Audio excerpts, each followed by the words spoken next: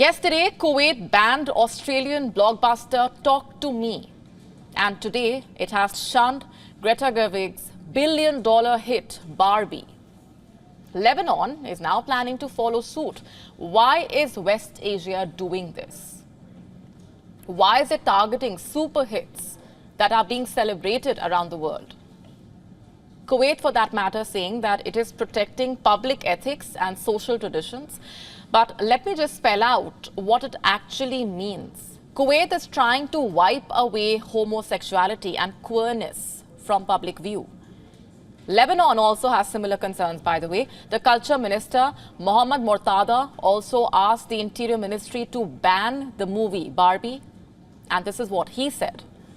Let me just read it out for you. The film promotes homosexuality and transsexuality, supports rejecting a father's guardianship, undermines and ridicules the role of the mother, and questions the necessity of marriage and having a family. You see, the West Asian countries believe the films are bad influence, quote unquote. And why? Because they normalize homosexuality, promote women's rights, empower women.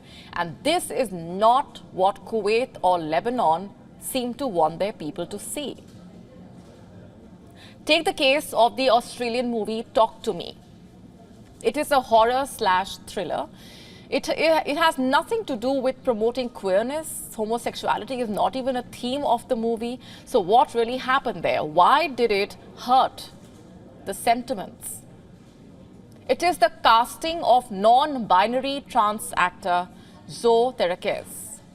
In real life, the Australian actor identifies as non-binary and trans-masculine. In real life, Terekes played a character whose gender identity is never mentioned.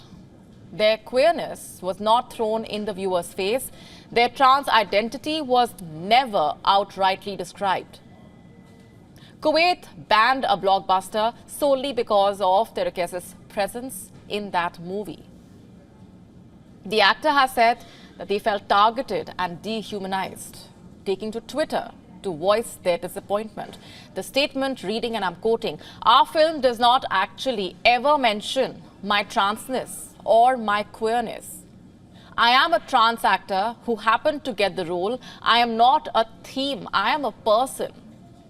Kuwait has banned this film due to my identity alone." The filmmakers have stood by their decision to cast Zoe Terekes. In fact, they say that they are proud of Terekes' involvement in the movie. Like Talk to Me, Barbie also does not contain any overt references to same-sex relationships or queer themes, but somehow it does not seem to fit into West Asia's social values and public ethics. There is nothing new about censorship in this part of the world. LGBTQ references are routinely banned while deciding on any foreign movie.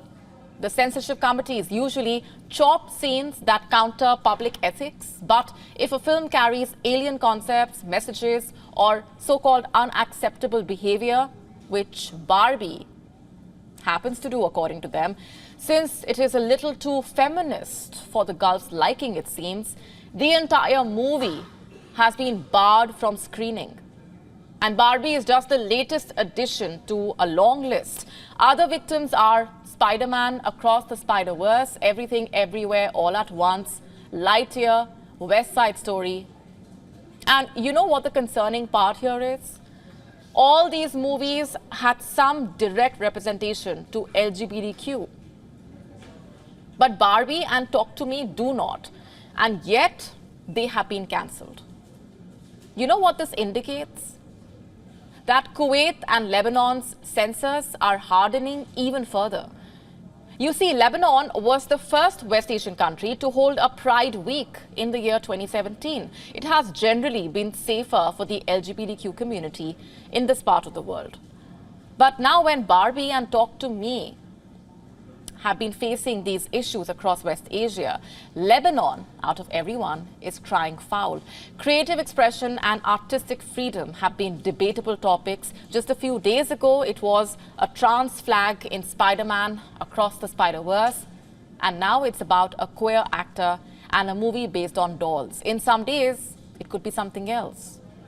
And while we agree that one has the right to their social beliefs and religious sentiments, to express their opinions and also criticize art, why can we not just leave it at that? Does it really have to boil down to bans? Are our convictions so weak that just a few scenes in a movie can impact them or change them? Can a queer actor in a movie or references to LGBTQ really promote homosexuality in an entire country? What is there to promote anyway?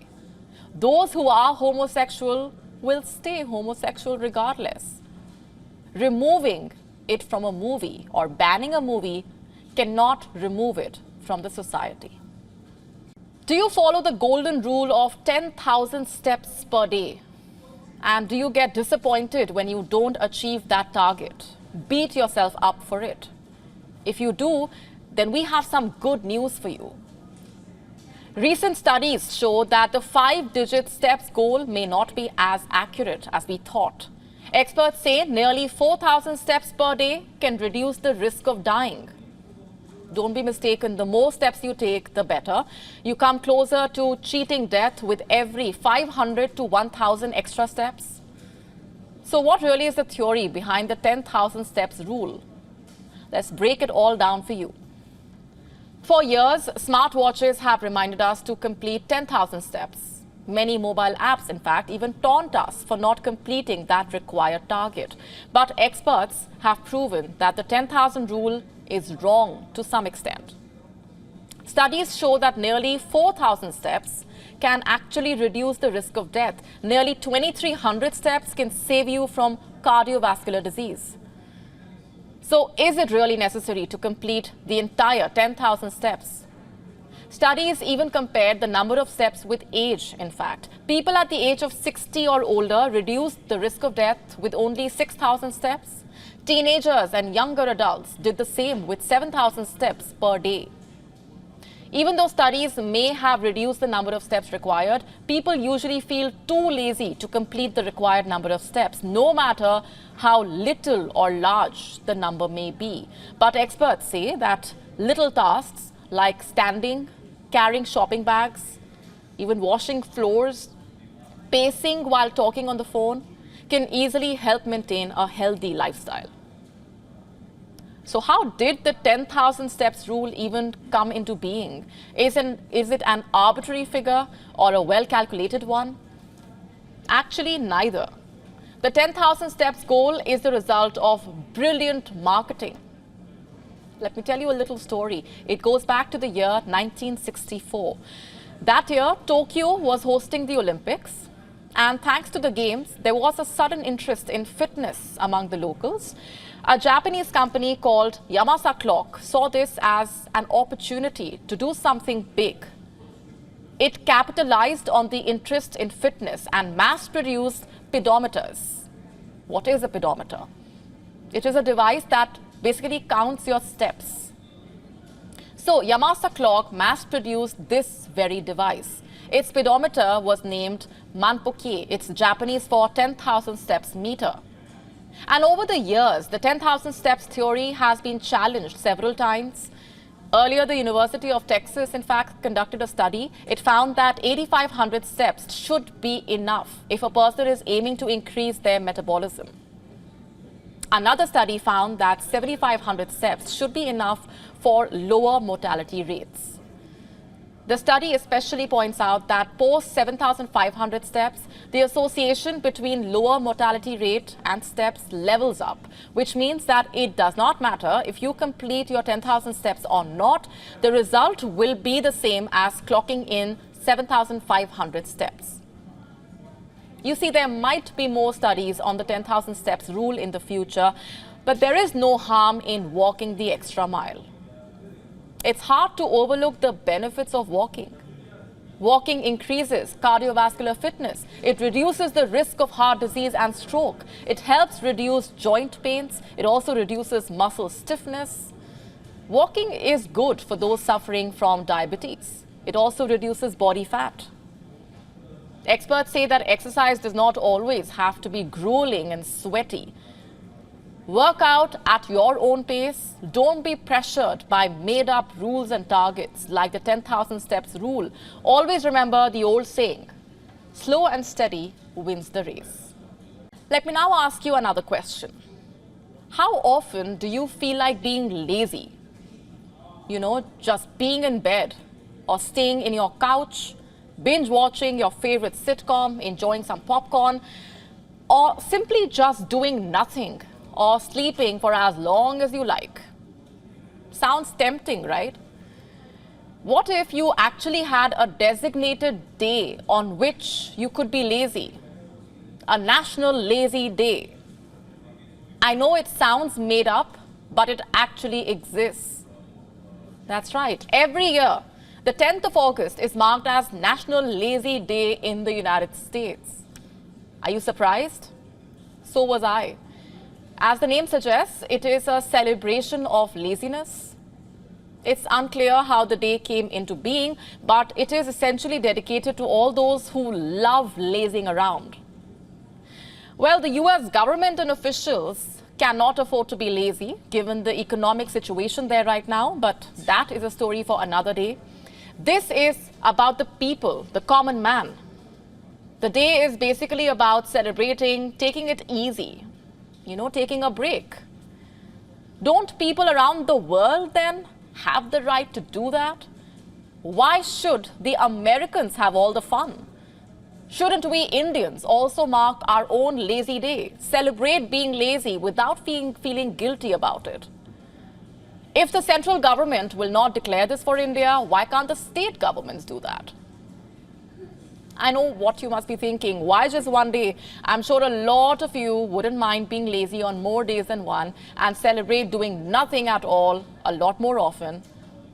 But let's just start with one day at least. Why should the people of the US, like I said, have all the fun? It is an unofficial holiday there, but shouldn't the concept be replicated around the world? Removing the negative connotation attached to laziness, normalizing laziness one step at a time. Because trust me, we all could do with more days of lazing around and not feeling guilty about doing nothing. And our next story is about Hunter Biden, the younger son of US President Joe Biden. He is back in the headlines once again, and not for the best of reasons. On Wednesday, Republicans on the House Oversight Committee released another report on Hunter's shenanigans. The report criticized him and the entire Biden family for their alleged corrupt business dealings. And the White House does not agree with this assertion. They say the report is a political hatched job that offers no proof about Joe Biden's involvement. We'll get to that in just a bit and discuss it. But first, what are the allegations? They have been leveled by James Comer, the chairman of the House Committee on Oversight and Accountability. And this is what they state. Number one, the Bidens and their business associates received millions from oligarchs in Russia, Kazakhstan, and Ukraine during Joe Biden's vice presidency. Number two, after Hunter Biden received millions of dollars in payments, the then vice president, Joe Biden, dined with his son's foreign associates in Washington in order to build influence. Number three, Joe Biden was the brand sold to enrich the Biden family and was used to send signals of access, power, influence. Let me just quote the exact statement from the report now. During Joe Biden's vice presidency, Hunter Biden sold him as the brand to reap millions from oligarchs in Kazakhstan, Russia, and Ukraine. It appears no real services were provided other than access to the Biden network, including Joe Biden himself. It's clear Joe Biden knew about his son's business dealings and allowed himself to be the brand sold to enrich the Biden family while he was vice president of the United States. What is the basis for these claims? This, the report does not reveal, but the timing of the allegations is very interesting. They come right after some sensational testimonies that were given by American officials. And this includes the testimonies of a pair of whistleblowers from the IRS, the Internal Revenue Service of the United States. In fact, in July, they claimed that there was alleged meddling in the Justice Department's investigation on Hunter Biden. One of them was Special Agent Joseph Ziegler, a 13-year veteran of the IRS. And this is what he told the American media. I'm quoting, "When you are prevented from going down certain roads, I guess I don't know what could have been found if we were not hamstrung or not handcuffed." This was the first whistleblower. The second whistleblower's name is Gary Shapley. In the month of July, he also testified before the House Oversight Committee, claiming that the investigation into the Hunter Biden case was very different from any other case he had seen in his 14 years at the IRS. Listen to this now. Based on my experience, I'm here to tell you that the Delaware U.S. Attorney's Office and Department of Justice handling the Hunter Biden tax investigation was very different from any other case in my 14 years at the IRS. At every stage, decisions were made that benefited the subject of this investigation. For example, prosecutors concealed contents of Hunter Biden's laptop from investigators. DOJ slow-walked steps to include interviews, serving document requests, and executing search warrants. Warrants that were ready as early as April of 2020, but were delayed until after the November 2020 election and never pursued. A month on, these allegations have been compiled in a report against the Biden family. The Democrats are calling it a smear campaign, an effort by the Republicans to smear Joe Biden without any evidence or information suggesting wrongdoing, they say. And a fierce political battle naturally has followed. A war over narratives is waging online as well. We haven't heard the last of this story. WION now available in your country. Download the app now. Get all the updates on the move.